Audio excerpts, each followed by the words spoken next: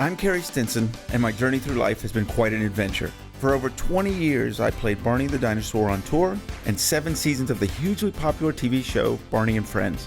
Now my journey is to bring together friends and guests from all over the entertainment world for inspiring and at times amusing behind-the-scenes conversation. I'm Carey Stinson, and this is Purple Roads. Welcome to Purple Roads. My name is Carey Stinson, and this is going to be a lot of fun. I'm so thankful you're here, and we're going a little bit different this week in a way that I think is going to be very inspiring. I'm inspired by this, and I know you will be too. We have Josh Monroe, Mr. Monroe, 5th grade teacher, who has taken his message out in the social media into TikTok, and he's really inspired people. And so I am so excited to have him here. How are you? How are you, Mr. Monroe? I was going to say Josh, but how are you, Mr. Monroe? I'm doing good. Thank you so much for having me. I know that we talked a little bit before, but I'm really excited because as a kid I watched Barney. My sisters grew up with it, so this is a huge privilege for me. Well, it's a privilege for me as well. I love what you're doing. I love that you're inspiring people, and I'm so excited to have you on the show. And you're in Omaha, which I have been to Omaha. I performed in Omaha, and have some really great memories of Omaha. In fact, I'll tell you, we had snow when we were there, and several people from the Barney tour had never seen snow before. Omaha was the first time they'd ever seen snow. So it's a memory, and the crowds came out. It was amazing. So. Oh yeah, we just had a lot of snow probably a week and a half ago, and right now it's like 55. It's crazy how quick weather here changes. Week and a half ago, we had a cold day, so it was -40 outside. Kids didn't come to school, and now, like I said, it's 55 degrees. Well, here in Texas, we're going through the same thing. You know, we had the negative. Right. Not that cold, but we were cold, and now everyone's back going. So let's start out before we get into social media and TikTok and all of that.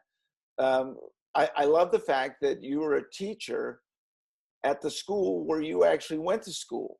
So let's talk about you getting into teaching and actually the importance of that.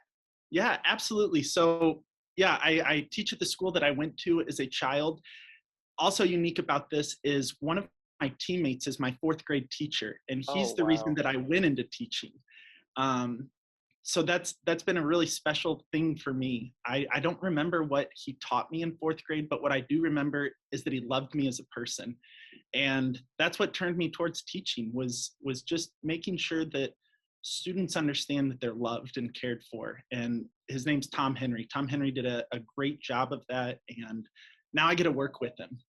So now I've got that privilege of working with Mr. Henry, and it was kind of odd at first because he was my teacher, and so I'd ask him a question, like go to him for advice, and I'd say, "Hey, Mr. Henry," and be like, "It's just Tom." So there's some adjusting there, but yeah, it's really unique now that I get to work at the building that I went to as a school. So we're a Title I building, so a lot of our students come from poverty, and I grew up in that situation. So when they come with these struggles, I have this unique perspective of being able to relate to them.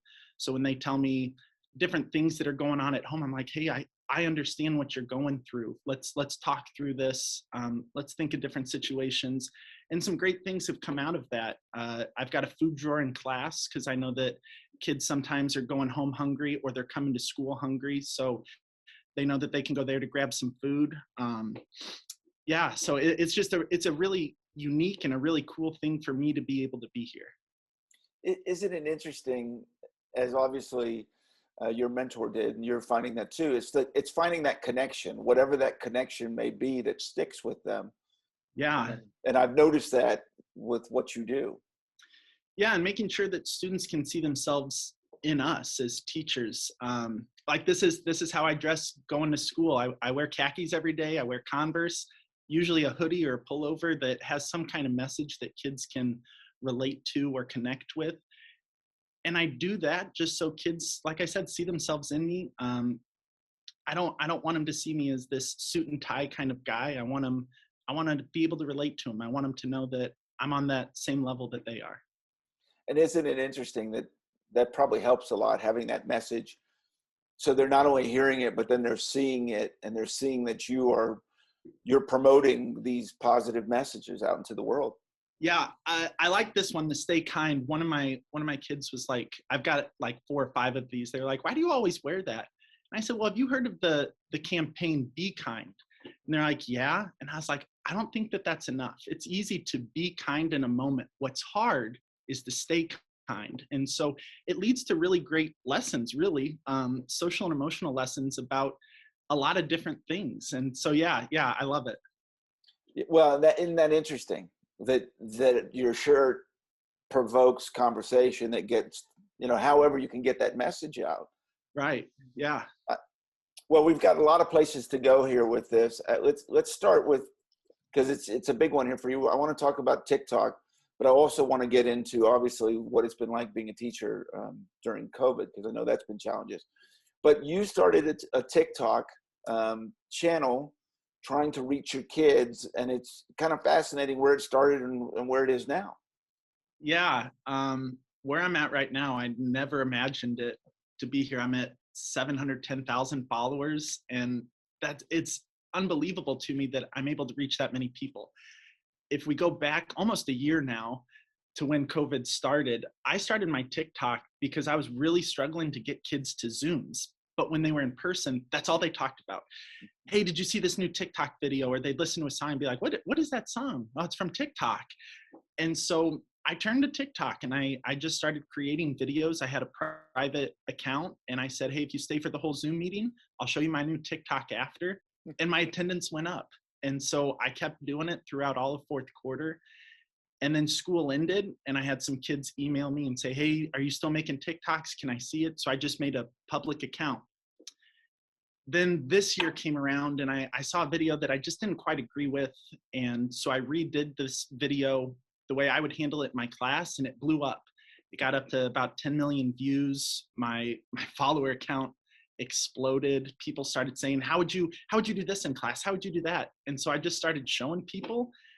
And now that's really about all I do, is I just show people what I do in my class, which is unbelievable to me. But it's kind of like for teachers, it's kind of like a big faculty meeting. I'm able to have conversations. I've developed friendships with people on TikTok, and we have teacher conversations about school, about education. For students, it's a chance for them to see ways schools can handle things. It's also a chance for them to give me feedback. Right. I've had people reach out and be like, oh, you shouldn't do that because of blank. And some of them I listen to, and some I try to explain, well, here's why I did this. And it's been really cool how it's transformed, because it just started out as a way to get kids to school. Well, isn't that fascinating? Because you started some. I think that's such a big and important thing, is to try something, whether it works or not. You try something, and I know your students would have appreciated that you just put yourself out on TikTok. And what you've ended up doing is creating this huge conversation that, one, what is great for the students, but two, talking about I think, teachers are going through all these different struggles with COVID, and students, and what works and doesn't work, and throwing ideas out there. I just think it's beautiful. Yeah, and another kind of fun thing that's happened is it's helped with my kids in class. It's helped create a stronger connection, because I ask them to do a lot of things, and I ask them to take risks. But if they don't see me take risks, Right. then why would they ever do it? So I can relate and say, hey, I tried this TikTok thing. I made this new video. The feedback I got was negative, but at least I tried it. At least Right. I'm putting it out there. So it's a way to encourage kids to be a risk taker. Take some risks in your education, some smart risks, but take some risks while you're here at school. Don't be afraid to fail. Well, sure. And I think it's bigger than that in a lot of ways, which I love that we're kind of getting into this, is the feedback. Is sometimes negative feedback is still good feedback, right? As long as you're not attacking someone or that nature. If you don't agree with something, well, that's okay. You might Right. have an opinion, and it might not be the right opinion, but I'll listen to it. And I think that's really important for kids to understand, that just because someone doesn't agree doesn't mean it's wrong. And I love that you're showing how open you are, that, you know, you listen to some, you listen to it all. Some of it you might put in place, some you don't. Um, don't you feel that's been a really good part of what you're doing and the message and what you're teaching? Absolutely. I think that something that America as a whole is kind of losing is listening and having civil discussions when we don't agree with things, Right. and being able to accept constructive feedback. Like you said, I don't take it all in, but there's some of it that I understand, hey, you're right, I could have done this better. I made one video about LGBTQIA plus and about a student coming out to me. And in my video, I was trying to encourage the student to let their grown up at home know. And I said, your grown up's going to love you no matter what, because I was coming at it from my perspective as a parent, from my Sure. perspective as a teacher. I'm gonna accept you with open arms. And I got a lot of feedback about that's not how it is for all students. And I took that into account. I understand that my words were kind of ignorant in that subject at the time, and I grew from it. Well, but that's interesting too, because that's a message that, you know, has continued and continued and continued. And I think it really is important to be dealt. I mean, so hard in some Yeah, families for them to come out and how they do it. And it is important to understand that they are loved and accepted. And yes, there are some people that don't, but we need to get to that point of that and getting that out there. I talk on this show all the time about love. You know, when I was doing Barney back in the early days, you know, I've been telling people I love them forever, and we got criticized for it. You know, what is this message, and why are you telling people, and what do you want in this and this and this and that? And now we're sitting here 20 years later, and everyone is like, oh my gosh, I love you, I love you. I can't get enough of it. And so I think what you're doing is so important. And yeah, these subjects aren't black and white a lot of times, you know. right. So yeah, you kind of have to adjust to that. But as long as that feedback is is not, you know, you're wrong, and it is, well, maybe you could have gone this direction or tried this. I think it's really important. Yeah, and that's the good feedback that I look at, that I take to heart, is the constructive, where they're trying to help me grow. They're not attacking me as a person. They're not, attacking what I Sure. said, but they're just helping me grow. And I like what you said about the I love you thing. You started a trend back when Barney started, because that's something that I say in my classroom to my kids. I love you. And sometimes that throws some of the kids off at first, or other people. And they're like, why do you say that? Because I want my kids to know that they're loved. Like I want them to know you're going to spend 8 hours a day with me. This is your house, kind of like this. Right. We're a family. I want you to know that when you walk in that door, I love you. Well, I'm so fortunate to work with that show, because I already had that message. I grew up with it. My mom and dad were that way. My dad was, you know, we held hands at every meal.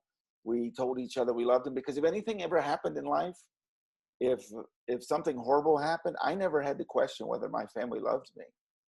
And it has made me stronger. And it's just so important. It's so important. I think it's beautiful that we are getting to that point where it's more comfortable for people to understand, I love you. That doesn't mean anything other than I love you. I don't want anything. It doesn't do anything other than just, there's Right, someone that believes in you, you know? right. Absolutely. Um, I can only imagine the challenges that you have gone teaching in this new era, and then with the pandemic. What are the challenges that you've had to deal with? I'm uh I'm going to warn you that I'm an emotional guy. And so I might tear up a little bit. I did one Okay. interview one time, and they kind of asked a question like this, and I had to pause because I started to cry. You don't Um, have to pause, please. you know, the the absolute hardest thing for me was last year, because I teach fifth grade. Next year they're gone. They go to middle school. Right. Um, March 12th was the last day I got to see my class, and I had about it was a Thursday. I had about a 10-minute warning to tell my kids, hey, there's a chance we won't have school tomorrow. You need to take your iPads home. Let's make sure you got this, this, and this. And then they were gone. And I haven't seen some of them since. And that's really hard for me to swallow. Um, there were some kids that really struggled during that time mentally. And so one student, I went over to his house and we played socially distanced catch. And that was a great way for me to connect and for that student to be able to remember, I'm still in your corner and I still care about you. Um, but like, yeah, some of them I haven't seen since, and I might not see ever again. And I never had that true closure with them. And that's true for a lot of teachers, but especially like 5th grade, 8th grade, 12th grade, when those kids get ready to transition somewhere else. Like a 1st grade teacher, their kid's going to come back to the building this year or hopefully next year, if not. So they'll have a chance to see them again. And I haven't seen some of mine. So that's been hard. Sure, sure. But doesn't it also probably show you that you probably left something behind with them? You're impacting these kids just as your mentor did. That maybe you're physically not seeing them, but I have a feeling they're never going to forget Mr. Monroe. I hope. My goal every day is when a kid leaves, that they remember that they're loved while they're here, that I care about them. And so I work really hard to make sure that message gets to them. So I do hope that they remember that. Let's talk a little bit about the challenges of the school you're in and the students you're in, and a little bit more about how you've been able to help them from your own experiences. The students in my class now, yes, like in my building. Sure. Yeah, so I teach at a Title I school, so a lot of our population comes from poverty. We have some behavior issues that arise because of that, and it's a unique experience for me to be here. And the way that I think I approach teaching, I think helps with these students, with them understanding that they're loved and cared for, them understanding that, and I tell them, we all have these feelings, like when a kid's you can see them starting to ramp up and that they're going to get really angry, that maybe get ready to tear apart a classroom or something. I tell them, it's okay to have these feelings. And we do a lot of talks about, you've got the permission to feel. I read Mark Brackett's book, Permission to Feel, and I took a lot away from it. It's okay that you have these feelings, but let's learn how to handle them and regulate them in healthy ways. And so just making sure that teachers pause the brakes on the rigor of curriculum, and we focus, especially at the beginning of the year, a lot of our efforts in on that social and emotional learning, giving students permission to feel, giving students, the opportunity to be heard and to be seen, and letting them know that we're in their corner for what they need, has really helped in my career. Because I didn't start out that way. I had a rough first couple years where I kind of thought, I'm the teacher now, so you're going to do what I say. And my career has changed since I've learned about the importance of social and emotional learning in the classroom. And what a change that is from definitely when I grew up, and probably when you went to school. And yes. Yeah, I mean, it's a complete different change. There's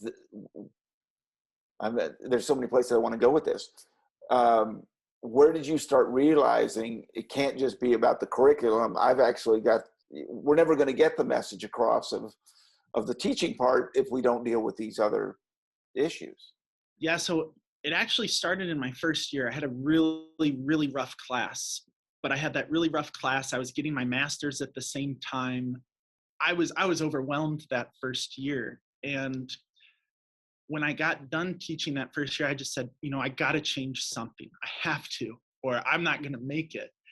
And so that's when I really dove into doing some professional reading. I used to have that belief that because it's my class, if I asked for help, I was going to be seen as weak or uneducated or unqualified for my job. So my door was shut that first year, and I tried to handle everything. And doing some reflecting on that really changed. And like I said, that's when I got into reading.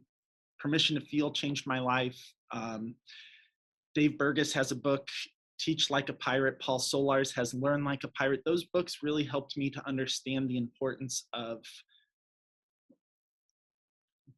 allowing students their feelings in healthy ways, and allowing students to develop not just as scholars, but because that's a pretty low bar to set, to say, I just want you to learn this, I want you to graduate. And that's how I thought. And now it's very much, I want you to be a leader in society when you're done with school. I don't want you to just graduate. I want more than that. And those books really helped me. Well, and I've got to think, and I go back to when I went to school a few years ago, that it wasn't as much pressure as there now for kids to, have figured out their whole life by 18, which is just absolutely crazy. If you look at most adults, we've changed positions, jobs, life, my gosh, and it continues to. There just seems like there's so much more pressure on these kids. And if I look at what I was like in high school, and then when I was very shy, I was all of these things. And through school and life and experiences, I was able to get there. And it feels like with them, they're told, you got to be this, this, this, this, this. And it's not fair, and it's not reality. No, it's not. And I guess I don't know when like the standardized testing era really started, but like our kindergartners are taking some of these tests, and that's totally inappropriate for their age. Right. My son's going to be in kindergarten next year, and I'm having these thoughts like, do I even allow that to happen for him? Because I don't want that pressure on him. I want him to be able to enjoy school. I don't want him to think of it as this place where I need to learn this and this and this so I can pass a test. I want him to love learning, to love it. And if we want to use that data for teaching purposes, awesome. I love that. But that pressure shouldn't be put on kids at all. No. And you're right, when they have this pressure that you're going to graduate when you're 18, you better know what you're going to do. What are schools doing to prepare them to know what they want to do? Our district does a really great job of helping them when they've got this early bridge to college program for middle school. And then once you get into high school, you have the option, you can graduate with an associate's degree. So that kind of lessens the load for paying for college. But then there's also an academy. And in that academy, you can go and shadow nurses, you can shadow teachers, you can shadow all these different professions, so that you start to have this understanding of, well, I want to be a teacher. I'm going to go experience it and see it. Is that really what I want to go to college for? Right. we got to make sure that if we're going to put this pressure on kids, that we put it on ourselves to make sure that they're ready. Right. Right. There's a teacher, her name's Arlinda Davis, and something that she said to me was, we want students to be ready to inherit society when they leave. And we got to prepare them for that. And that's a tall order for schools, for teachers, for districts to do, but we got to live up to that, Yeah, absolutely. But I think what you learn is it is both parts. If I look at the things that have helped me be successful, absolutely teachers. I will mention right now, Coach Buzz Andrews, who is my cross-country coach, is one of the biggest influences in my life, without question. And I would tell you right now that he's a big part of why I was able to be on the TV show with Barney and all of those things, because he was someone that just kept me going and motivated me and did all of those things. And I think that's what's so important. Yes, the education is so important, but also being told you're loved and not give up, and all of these other messages help you survive in life, because we can't plan for things if we lose someone or all of that. And that's what I love about what you're doing. You're really doing both parts of it. So these kids come out when they have tough times or dark times and go, you know what? I am loved, because Mr. Monroe told me I was loved. Yeah, we want kids to believe, that they're smarter than they are. We want them. Sure. Sometimes people are like, if they watch some of my videos, or I do a presentation or a talk, they're like, aren't you enabling kids, or aren't you setting them up for failure when they get into the real world? I say, no. One, why isn't this the real world? Right. Like, this is their world. I'm not setting them up for failure by telling them that they're loved, or by giving them a hug, or anything like Right. that. If anything, I'm setting them up for success, because they're going to know what positive relationships are like, and what they sound like, what they look like. And if a kid does mess up, I have a conversation with them. It's not that they just like get off scot-free. Right. You hold them accountable, but you still let them know that they're loved. Absolutely. And the key to that, which I can see with you, is the authenticity. And I talk about this all the time. You really do love them. Mm-hmm. And you really do believe in them. But yeah, there's points in life where, you're going to have a failure, and you've got to come out of it. You don't have the support system. But if you know there are people out there, I just think it's so important what you're Right. doing. And kids will know if you're authentic or not. Sure. They read right through that. Yeah, you're gonna fail in life. Why not do it here, and let's learn how to rebound from it in healthy ways. Let's understand failures. That's what life's all about. Sure. And then how we react to it. Right. So. Well, right. And as you said earlier, which I love, is that you tried. If you tried and failed, that's a success. It's really not a failure. It's a success. Absolutely. Taking those calculated risks is a big part of how you learn too. And yeah, you're right. It's 100% okay if you fail. Kid comes up to me and they're like, oh, Mr. Monroe, I just got a 60 on my math test. Well, let's have a conversation about it. You know, why did you fail? Did you give your best effort? If you say no, then that's where our conversation is going to go. If you say yes, then there's some reflection on me. Hey, what can I do to help you more? Or what do you need from our classroom? That's the big thing, is when kids fail, we got to have a conversation with them. Right. A kid messes up out at recess, I'm not saying there can't be consequences, but instead of having those consequences right away, have a conversation with them, teach them. That's our job, is to teach them. We can't expect kids coming into school to know everything.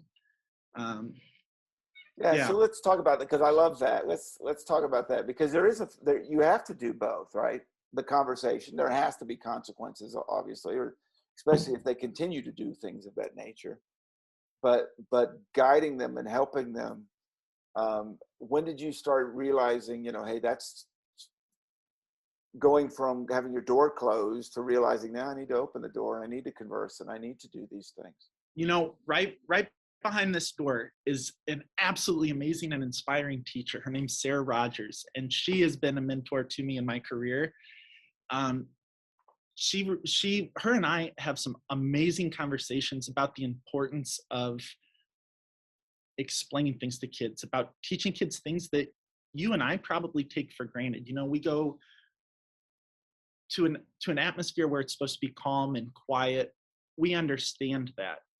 So when kids come in and we're doing, small group reading, and it's supposed to be this quiet and calm activity, I used to expect, hey, I asked you to whisper. Why aren't you whispering? Did I ever teach them to whisper before? Like, what whispering sounds like? And so even things like that, you hold 2 fingers up to your throat, and if you can feel vibrations, you're too loud. And so we practice going down to where you can't, like, just making sure that things that we take for granted, that we explain it to kids so that they truly understand and that they know where we're coming from. Isn't that interesting? Because I was thinking, there are probably times as adults that we think kids should just know it. They've never been explained it. And you're thinking, why don't you? Maybe we jump to conclusions, so quickly. That's fascinating. That's one that always comes to me, because that's a big one that I expected. You're in 5th grade, you should know what a whisper sounds, and for the most part they do. But like actually giving them something tangible to understand, this is what a whisper sounds like. Like, I can tell if I'm at a whisper or not. Well, right, but that's a way of being able to, okay, even if they did, now you do, and we did it in and it allows you to move forward Yeah. Instead And of, attacking someone and saying, hey, you should have, and that never works. right. And as a teacher, taking time at the beginning of the year to go slow so later you can go fast in these areas has really changed the way my classroom works too. Um, I used to get to April, May, I'd be pulling my hair out. I'd be like, oh my goodness, it's been a whole year. How do we not know how to do all of this? Well, at the beginning of the year, I was so focused on pacing guide says to do this. So I got to start here and we're just going to keep trucking along, and understanding like I'm going to take more time here at the beginning of the year to make sure that our classroom is an environment that we want. And kids set up our guidelines in our classroom. They set up everything that we do. It's very student led. And it's really changed a lot of stuff. So talk to me about the challenges that teachers are having right now. I have several friends that are teachers that are going to leave, that it's just become too much. And I know teachers are looking for other careers, and we've got a major problem across this country. Finding good teachers is hard, and then they're just overwhelmed. Talk to me about that. Yes, especially this year. I bet there are a lot of teachers that are overwhelmed. I just did a presentation for Sanford Harmony, and as we were doing it, there was a teacher that was writing, it was all virtually, but in the chat, she was writing about how two of her friends quit this year. Like they weren't ready for retirement. They weren't to that point, but they quit. And it's hard because we're so passionate and we love what we do so much. But this year has been tough, and I don't think everybody understands the struggles that we go through. And I can't speak for everybody, obviously, Sure. Because I know that there's still teachers that are fully remote. There's hybrid schedules. We have a concurrent plan, is what we call it. So I've got 20 kids right now. 17 are in person, 3 are remote, and I teach them all at the exact same time. Oh, wow. And it's hard. It's hard to find the balance of working with 17 kids that are here and then 3 screens that are black a lot of the time, or that aren't talking and communicating. And how do I help these kids still feel like they're part of this classroom family? How do I get them to still collaborate and communicate with their peers so that when they go to middle school and they've been gone for a year and a quarter, they still have some of those relationships? It's tough. I think that one thing that we can do as a profession is always remember our whys. I'm going to show you quick. It's way over there, but you can see that bulletin board over there. That's my whys. It's pictures from kids. It's class pictures. It's drawings that kids have made me. It's gifts that kids have given.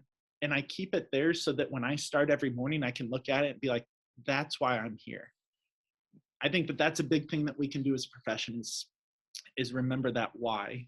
And I think leaning on others, having good conversations with others about our problems, not dwelling in our problems, but acknowledging them, and then talking about ways that we can fight through it. I can't imagine, some of the struggles that fully remote teachers are going through, because they may never meet this year's kids. Right. Yeah, there's a lot of hard stuff going on this year, and I think it's important that people outside of education understand that, because back in March, teachers were worshipped. I mean, everybody loved us. Right. And then the start of this year, it kind of became the opposite. Like, you're not even doing your job, or all this stuff. I don't think they realize, like, even the teachers that are fully virtual, like when I worked longer days then. I was working 12 hours every day to make sure that I understood how Zoom worked. I understand how I'm highly engaging the way that I speak with my kids, but making sure that the activities that I was having them do when they're not right here with me, we're still engaging. Like, you got to remember that teachers they're not competing with different things in the classroom to keep students engagement. They're competing with things like TikTok, with Fortnite, with video Right. games, with skipping class to go hang out with friends. Like, it's hard. Right. So yeah, we got 2 teenagers here, and I know all about all of that. And it definitely is challenges. And it breaks my heart, because they are going in school, but they're wearing masks all the time. One's in band and one's in symphony orchestra. And They don't get to do the concerts. They're recorded. The interaction, the social, all of those things is put on them, and I know it's difficult. And then you've got to teach these kids they're already hard to teach, and then they've got all these other things that they're challenged with. I think more than anything this year, this should be the year that we really slow down and let kids know how much they're loved. Like, if for me, I go back to last quarter, remembering how much I hated my job last quarter because I love being with the kids. Right. I will never take that for granted anymore. I will never not walk in this classroom and think about how am I going to make sure that all 20 of my kids know that they're loved when they leave. Like, that's a big thing that I walk in every day thinking about. But yeah, you're right. Even being in person brings a lot of challenges with the masks. Our students can't have recess with any of the other fifth grade classes. Like, we have to section off our playgrounds, and I get why we're doing that. Sure. But it's definitely hard for the kids. It's hard for us. Yeah, it's overall a hard year for every parents included. I mean, parents are going through a lot too. Yeah, it's a challenge just across the board. So let's talk some more about TikTok. I know that's a lot of people want to hear about all of this because it's very interesting. I've watched them, and I think it's very interesting. I think it's unique. A lot of people obviously have videos and this and that, but you found something that people are really responding to. Talk to me about how and we've talked a little bit about it, but how you started it and how you've kind of changed your videos and your message and where you've gone with it. Yeah. I think we talked about, I started it for my kids, and now it's Sure. transformed into sharing things that I do in my classroom. Yeah, it's been really surreal. Because I love the direct that you do, it feels like you're directly talking to the kid, kind of like you were talking about a minute ago, where you have a conversation with them, explain all of that.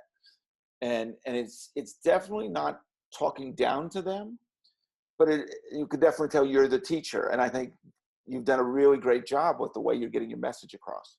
Yeah, most of my videos are point of view videos. So it is me speaking to the camera. I'm in almost all of them, I'm thinking back and reflecting on things that I've actually experienced throughout my career. There's a couple that people ask me, how would you do this? So I make those, but yeah, it's very much me speaking to the camera. And yeah, I get good, bad feedback. I'm trying to figure out a couple things. Maybe you could help me with this. Anytime I do a video about accountability, I get a lot of grief from kids, especially about how I'm passive aggressive or how this shouldn't happen. And I'm trying to think of ways to help students understand, because I don't know any of these people that comment. Sure. But I think that it's important that I try to get that message out of why I only have 60 seconds, so I only have so much time to do something, but trying to get people to understand, the accountability part with grace. That's been a struggle in my TikTok career, is trying to, in 60 seconds, show you that I love you through the screen, but that I love you enough that I'm going to hold you accountable to it. Well, I think it's because it's probably a hard message for them to understand that life is going to hold you accountable. Whether you like it or not, there are things that are going to be. If you're overweight, sooner or later, physically, you're going to be held accountable to whether an adult does or anyone does. If you don't at your job show up all the time, you're going to lose your job. I mean, these are lessons you're trying to teach now for future, because you will be held accountable by life, if nothing else. Right. Absolutely. Yeah. And so trying to get that message through my videos is something that's kind of like where my new direction's trying to go, is how do I teach these people that are following me? How do I teach them that even though I don't know you, love you, but you're going to be held accountable in the importance of that. So yeah, TikTok's been crazy. It's been fun. It's been exciting. So it gives me great opportunities to connect with people like you, with other teachers. I've loved it.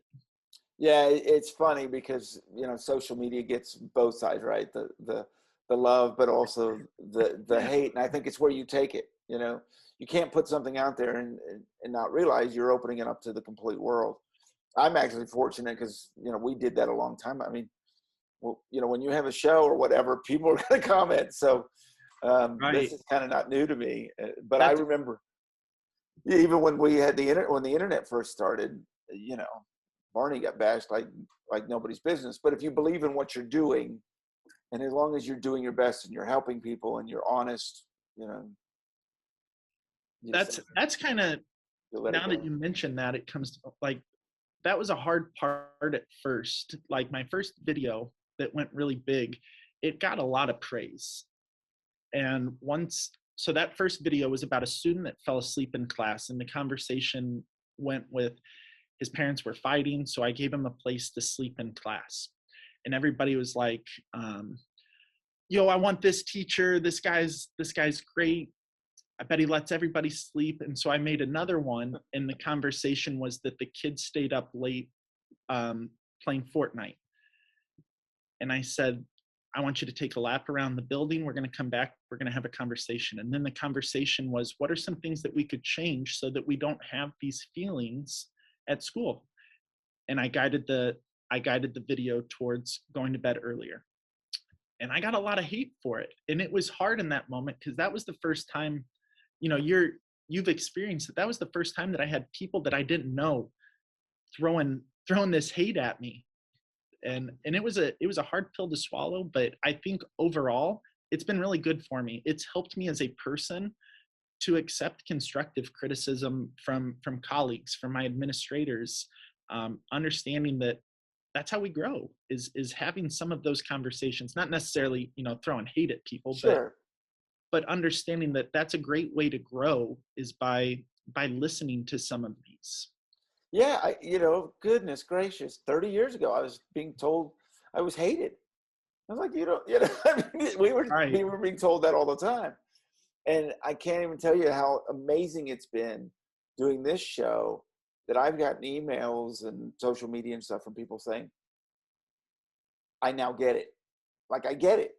I didn't get it, but I get it. And for whatever reason, they just immediately went right to the hate. And that's the best part. I don't even need you to apologize. I'm just glad you get it and you understand it, the importance of loving people and helping. We're all in this together. I don't know why we haven't figured that out, or we fight that, but we need each other. Right.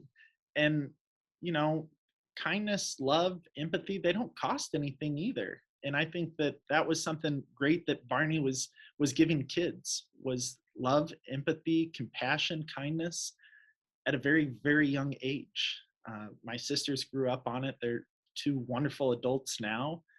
And yeah, your show did a lot of amazing things. But thank you. But we did, we had teachers involved, that we did research. We did all these things.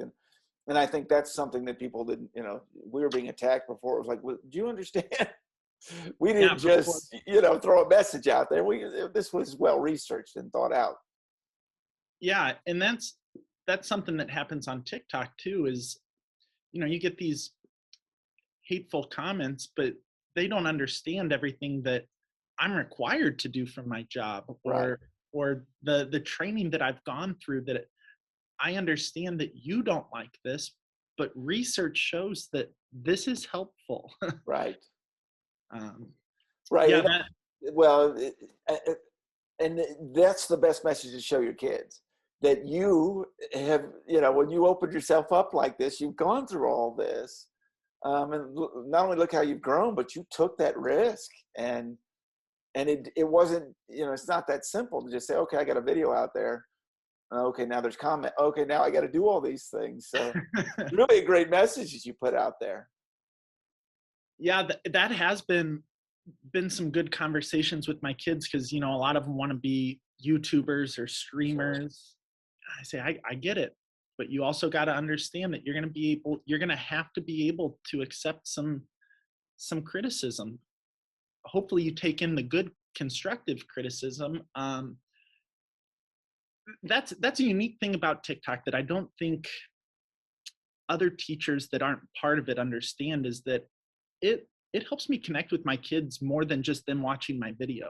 Right. Like, um this one kind of upsets me, but somebody created a hate account for my dog, and my dog's a therapy dog in our classroom, so she's here all the time, she's in a lot of my videos, and my kids saw it, and they got really upset about it, and it led to really good conversations. They're like, what did you do? Did you message them? Did you say this? Did you do that? And I was like, no, I let it go. I pushed it to the side, and I understand why I'm making my videos, and if this person doesn't appreciate it, that's fine. I blocked them. I'm not going to let that be part of my life, Sure. but I let that stuff go. um and helping them understand, some of those things that they want to do in life, like, I'm doing it right now, let me help you in certain ways. Yeah, that's so beautiful and so important what you said, because I can't even tell you all the, the Barney hate songs and this and this and that. And people, it doesn't bother me one bit. I'm all about people having opinions. I don't agree with it, but it's not going to stop my message. It's not going to stop the way I feel. It's not going to stop any of that.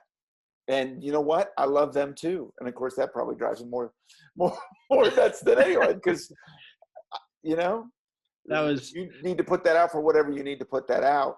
But I love you. It doesn't change anything. right.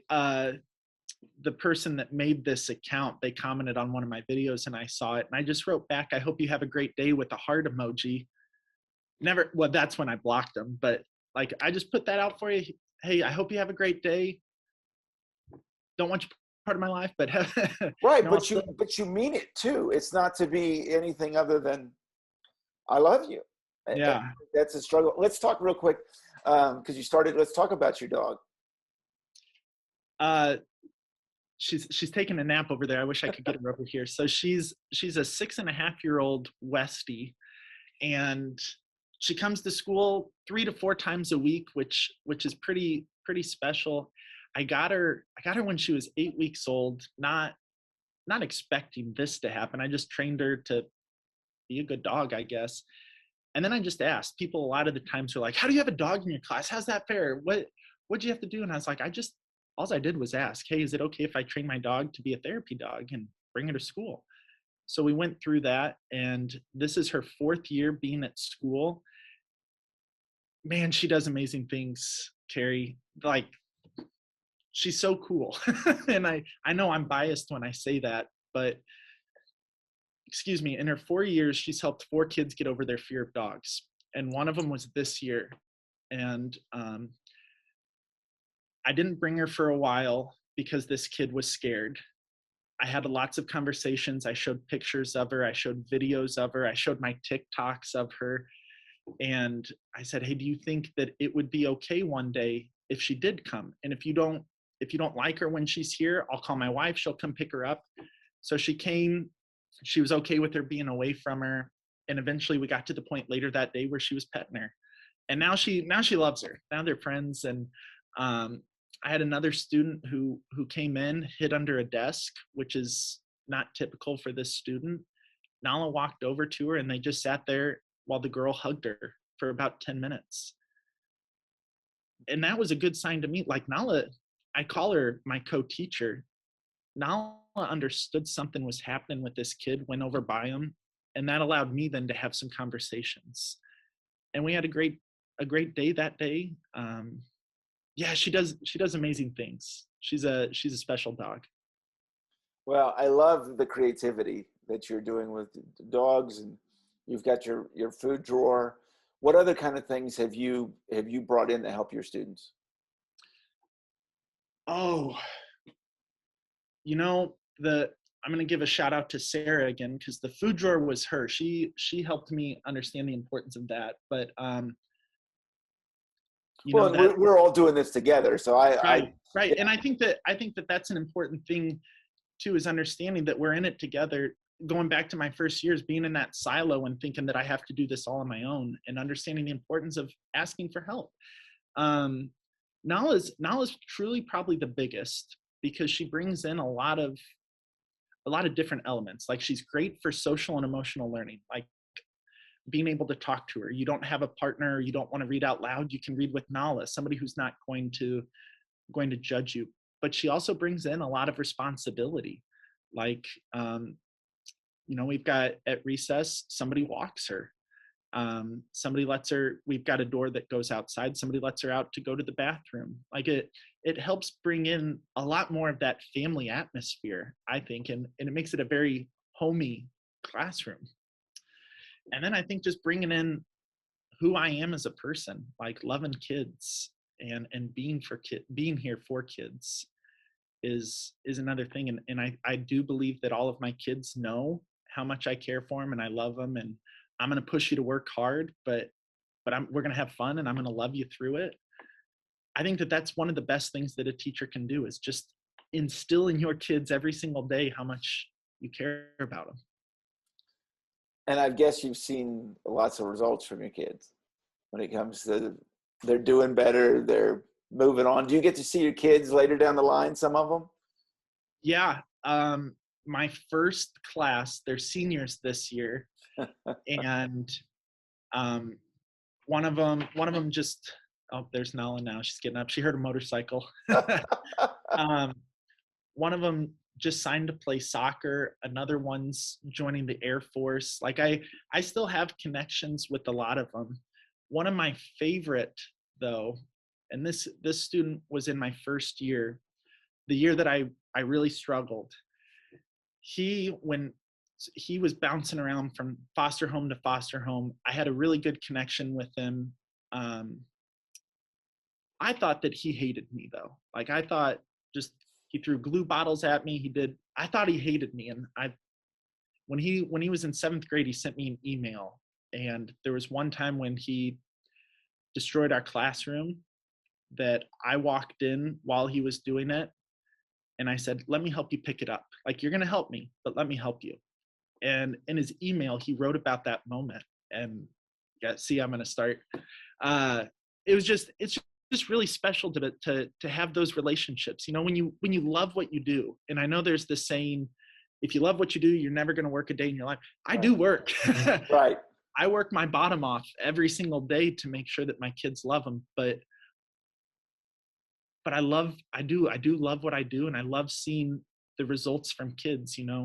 Some of them are going to go to college and do great things. Some of them are going to go to trade schools. Some of them, that's just not for them, but they're still going to do great things. And hopefully in our class, they learned the importance of having feelings and regulating them in healthy ways, handling them in healthy ways. They learned that they're loved. And that's something that they can reflect on when they're older. I taught 4th grade for 5 years. I loved 4th grade, or I loved 5th grade. Miss Monroe, really cared about me. I don't remember what he taught me, but man, do I remember that guy loved me. So. Well, I can't thank you enough for being on, Josh.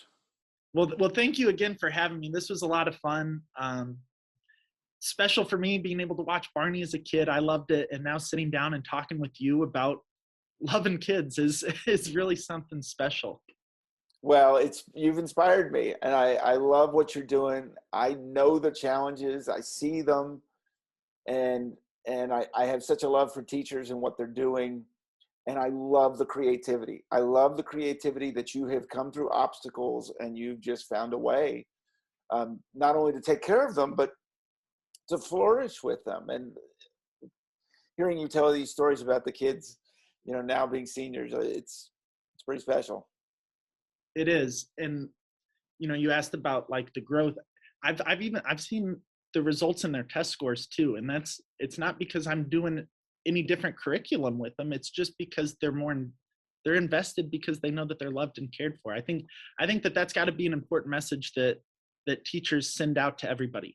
We love you. And I like how you started it on your show. It's not weird to say it. We got to get rid of that stigma that it's weird when we say I love you to somebody. I just want you to know that you're cared for. it's the greatest gift that I have, that all the people in my life don't have to wonder if anything ever happens to me or when it happens to me, how I feel, or my family. I don't have to, if anything ever happens to anyone of my family, I don't have to question whether they love me. There's no doubt.